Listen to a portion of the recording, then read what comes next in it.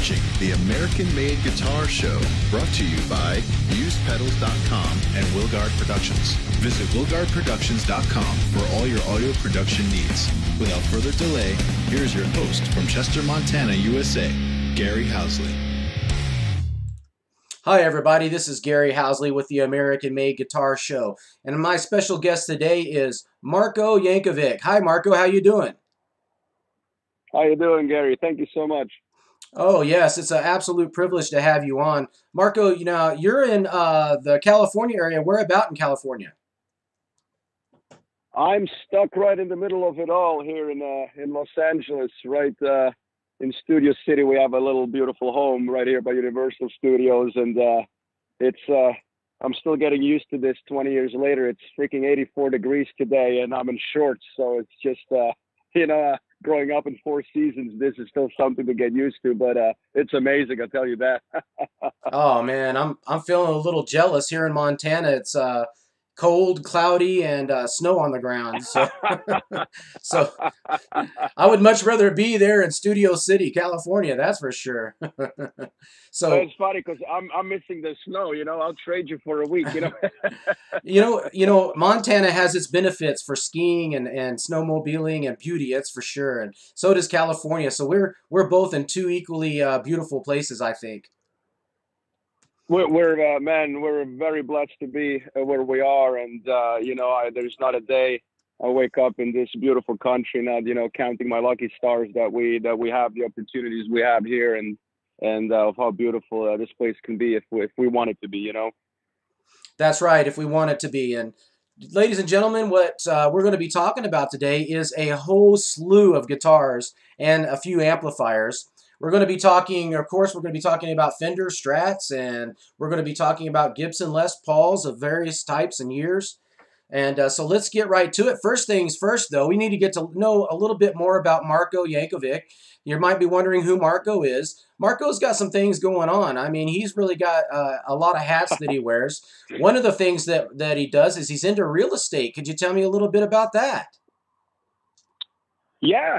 Thank you so much, man. I came to America in '97, and after I graduated Berklee College of Music, came to LA and spent 10 years waiting tables, trying to support myself in the music scene, and then by accident kind of fell into the insurance and real estate business with my better half here, Marie, and we just kind of spent a lot of years working hard and building our little business from the ground up, and especially me learning a lot from her because she's been doing it longer. And we opened our own company a few years back called Skyview Associates, which you can find on Facebook. And what we do is we love helping clients get into their new home. We have our business specializes in renovating homes, flipping them, as you would call it, here in all over the Southern California area. And we just really love what we do. It's such a great business.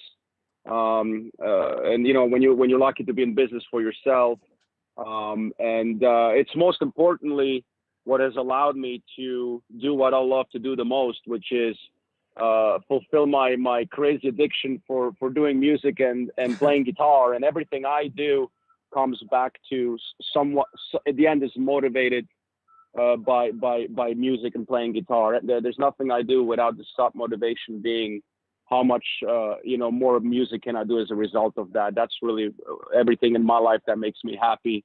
Outside of my professional life is music, and guitar and real estate has been something that I've been very blessed through a lot of hard work to have a great partner to build that up and allow me to enjoy all that great gear today that usually in the past, I would buy and have to sell a few weeks later to pay rent, Exactly. That's a situation a lot of us find ourselves in, and I'm glad to hear that you're succeeding there and able to afford these really beautiful axes that we're going to be talking about here pretty soon.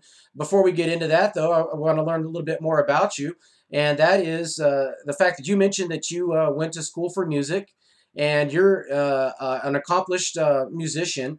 Now, what is it you do as far as recording? Don't you have your hand in that pie too? I do, yeah. When I went to Berklee in Boston, I studied dual major music production engineering and guitar performance. And one of the best decisions was to study production, because it allowed me to not be at the mercy, like today, struggling to find people that know how to record and engineer, and being able to do it yourself out of home has always been a huge plus, and always got me a lot of work when helping, boys and girls out there putting together demos, being able to record them, mix it, engineer it. So I've done a lot of work over the years, also for film and TV, to produce, engineer, and compose. And ultimately, all that has made me a better engineer and producer, and which has allowed me to do what I'm doing today. I'm about to finish my album, my solo guitar album, For the Love of It, that I have a huge premiere party January 6th here in LA. And I have a big music video coming out with it. And then early next year, I'm heading to Asia to play shows with my violin player and kind of promote it and just do it for the love of it. It's been an absolutely fantastic ride, and music has allowed me to do all of that. That's excellent. I'm just showing some pictures up of the band that you're playing with. Could you just mention the people that are in your group by name? Absolutely, yeah. The drummer, his name is actually MARKO too, believe it or not. He's from Serbia. Marko Stankovic, just a great drummer, fantastic drummer. You'll hear him when the album comes out on the 6th, and Lilia Kochateva is the violin player. We're doing, and then I have Soran, female bass player, just an absolute beast on bass, and then me on guitar. And it's an album. It crosses a lot of things, from hard rock, touching on metal, all the way to some bluesy songs. I have a lot of guest musicians on there. It's a celebration of talent. I didn't want it to be a guitar shredding album. I wanted to bring together people, and with the violin player, she actually became eventually part of the band, because on all the songs I was able to incorporate her. I have some songs with steel pedal playing. I have some songs with piano on there. It's just an album celebrating the guitar and how well the guitar can work with other musicians and instruments. At the end of the day, it's the best, most versatile instrument in the world, and you're probably not taking offense to such a statement, because you're probably a guitar player yourself. Yes, I am. But it's just been such a journey, and I worked so hard on this album, and I'm really proud of it, and I hope that people will give it a listen. It's just really celebrating the talents, and being inspired by other musicians. At the end of the day, is what it's all about, isn't it? It is. And speaking of other musicians, I just want to say hi to people over in the chat room that are joining us in there. Hello. Hello, guys, from San Juan Capistrano, California. We've got Jay in here. Woo! Yeah, from Capistrano. All right. So anyway, wanted to say hi to a fellow. What's up? Shout out. So now I'm looking at some pictures of you performing live. Do you like performing live? Is that something you enjoy, or what? Oh, absolutely. To me, it's like a drug. I don't know of any better feeling than playing live. I don't know of anything. To me, music is the highest form of art, and to be able to do it live in any setting, especially if it's a good night and it connects, to me, it's a feeling that's very hard to put into words, especially when you have the privilege to play with great musicians.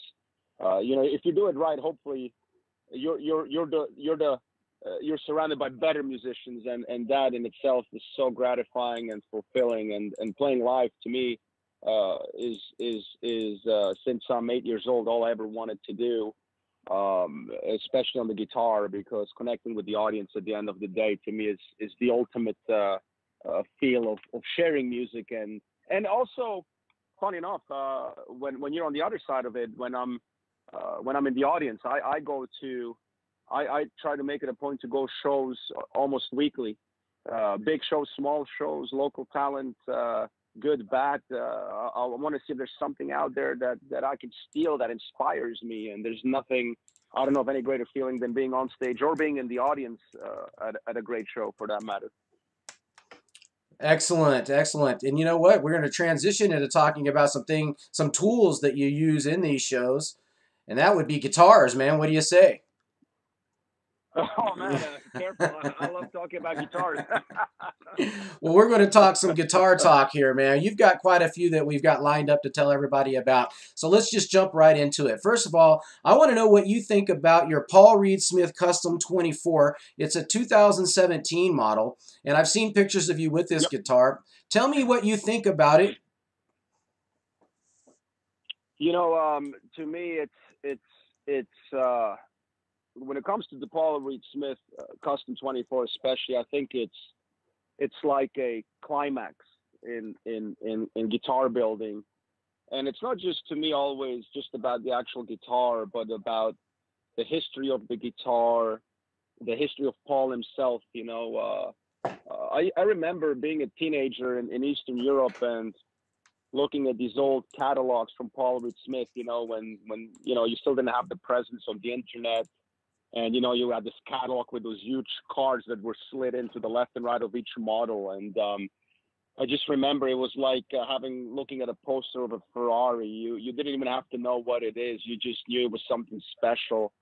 The whole point of the Custom 24 is that he put together the design and overlaid a Les Paul and a Strat and tried to take the best of both worlds and improve it. And to me, it's kind of the ultimate of everything. There's never a time I hold that guitar, and I almost play it daily, where I don't feel being better by the time I put it down. And I remember in 2001, I bought my first used Paul Reed Smith Custom 24, and obviously I had to sell it a couple months later to pay rent. It was one of those you buy it, and later, but over the years I owned them, sold them, always had to sell them due to financial reasons. And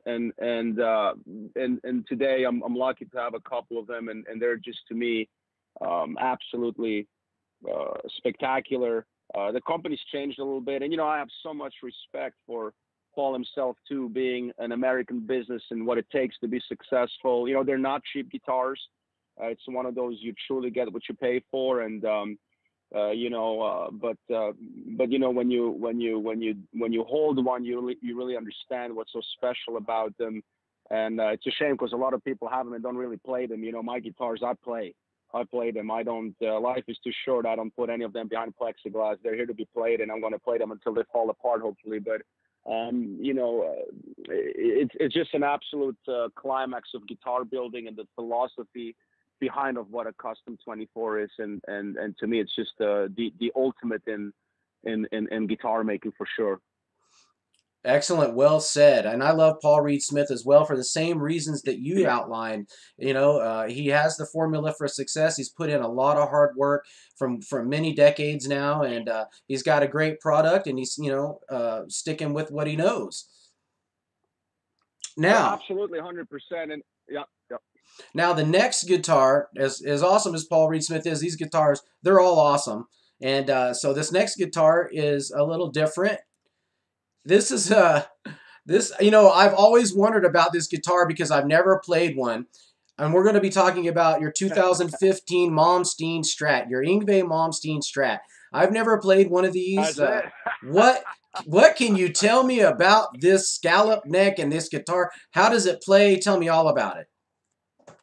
I love it, man. I've always been a fan of Yngwie for what he is, where he's from, coming from Sweden like me, from Europe, and fulfilling the American dream and the great opportunities that this country gives you. And the Malmsteen Strat, it's a very unique guitar for two reasons. Because a lot of people, they see Yngwie, and with Yngwie, it's either you love him or you hate him, and there's not much in the middle. And what people don't understand about that guitar, man, it's just a great guitar, period. I don't care if it's Yngwie or not.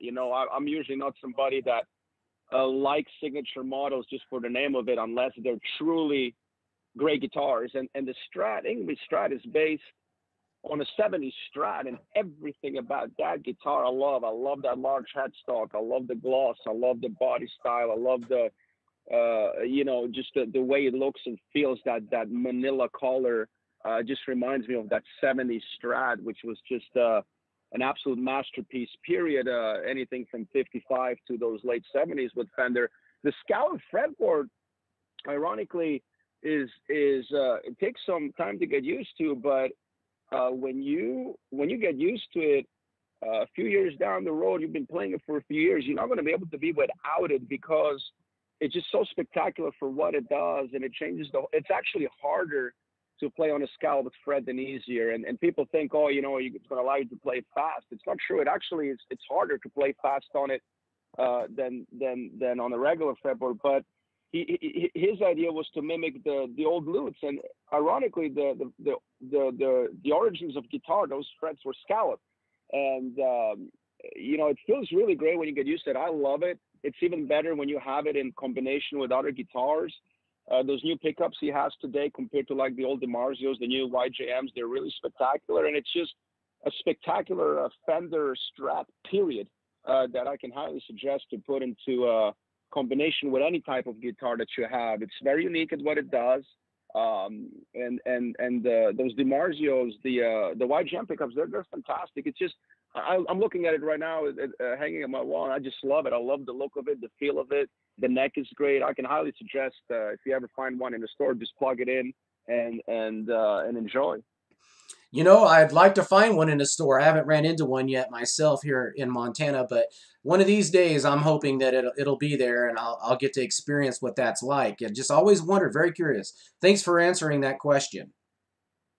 You bet. All right, you know, and now we're going to move on to another guitar, another interesting guitar, because of who, and I'm sure you'll elaborate on it.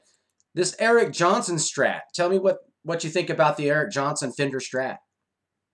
Oh my God, I'll be here till 6 p.m. You know, listen, the Eric Johnson.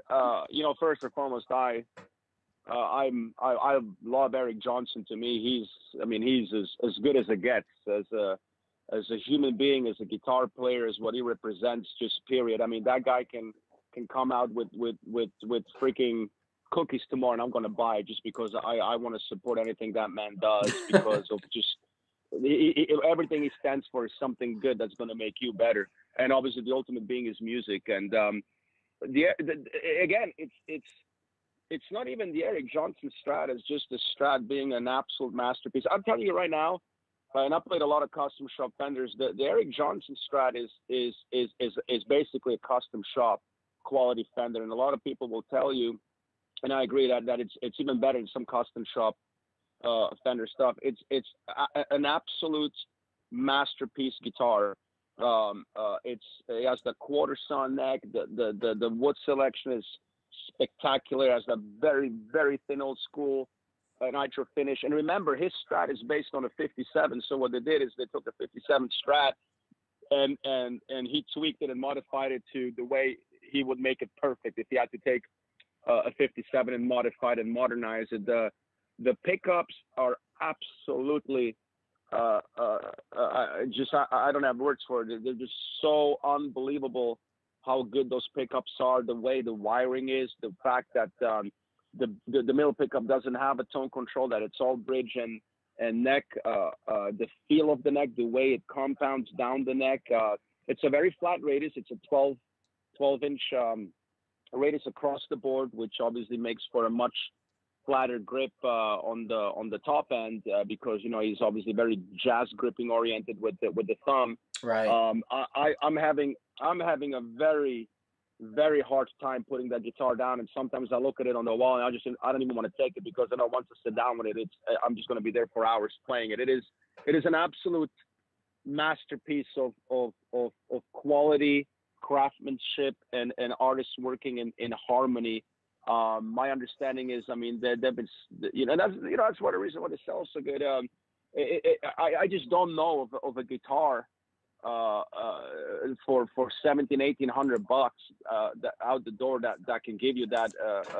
Very few guitars that come to mind that are that kind of quality, that kind of tone, than that Eric Johnson Strat. It's an absolute masterpiece in all regards: craftsmanship, design, quality, look, feel. It's just an absolute stud of a guitar. It is a stud of a guitar. I mean, you could tell, and I love the quality that Fender puts into these American-made guitars. I mean, it's just top notch. Oh, And 100%. And in the Eric Johnson, it's top notch and then some. I'm telling you, if I called Corona right now and it would have them build me a custom shop guitar, it probably still wouldn't be as good. I wouldn't be able to design a guitar. You know, and any guitar you own, you can modify, tweak, and kind of improve or personalize it. I would not be able to do that with the Eric Johnson Strat. I just simply cannot think of anything that I can do to that Strat to improve it. It is just absolutely perfect the way it comes. You take it out of the box when it arrives, and the only regret I have is not getting one sooner. I'm fairly new to them. I've played 57s before, and you know those new American Pros are that Fender makes. They're good quality guitars, but this Eric Johnson thing is just on a whole different level, man. If you guitar is supposed to inspire you, and this is one of those guitars that when you plug it in, it's going to inspire you. speaking of inspiration, yeah, the Eric Johnson Strat is certainly inspirational. Fender is inspirational, and there's other great guitar companies in America that are equally as inspirational. I'm going to transition into another guitar made by another company now that we all know fondly as Gibson. What we're looking at here is a yeah. What we're looking at here is a 2015 Gibson Les Paul R0. Yeah. And it is absolutely stunning in that case, man. This is a nice looking guitar, bro. How does it play? It's the R9s, the R0s are just much like the Eric Johnson, just a masterpiece and built by the right people. Obviously, a real 59 and a real 1960 isn't in the budget just yet. but Yeah. but I've had the privilege a couple of years back at a friend through a friend to plug in. I think it was a 1960 original. I can't remember. I think it was a 59 or 60 original, and they only let me do it for like 30 seconds. I just insisted. They knew I wasn't going to leave their home until I hold it and plug it in real quick. But it was so inspirational that that I had to get one of those, and a few years later I made it happen and was very blessed to pull it off and found a spectacular deal. But the R0s are truly the closest you can get to kind of mimic that inspirational feel of holding a real 59, a real 60, and I love the 60s neck because it's the perfect in between of thick and thin. Those custom buckers are just, when I play that guitar, I usually plug it straight into my Marshall, and all I do in the middle is just put a little MXR 169 delay, and man, I mean, you can play that thing till 3 a.m. at night. It is such good quality. It is so well built. The craftsmanship on it is just unbelievable, and it's just, to me, it has that old Cadillac feel. It's just so pure and so. It's like built out of dirt and wood, and it's not confused. It's not confused what it's supposed to be. It's not confused what it is. It's not trying to be something it is. It just simply is greatness. And I think anybody that somewhat knows about guitar obviously knows that the 59, 58, 59, and 60s period in Gibson was some of the greatest period in guitar music history, period. So my R0 is definitely one of my more prized guitars, and just that thing is just an absolute beauty to play in any regard. Well, Marco, I just interviewed not too long ago Vic Duprat, and Vic Duprat wrote a book called Burst Believers 1. He's wrote Burst Believers 2, Burst Believers 3, right? And he's working on Burst Believers 4 right now.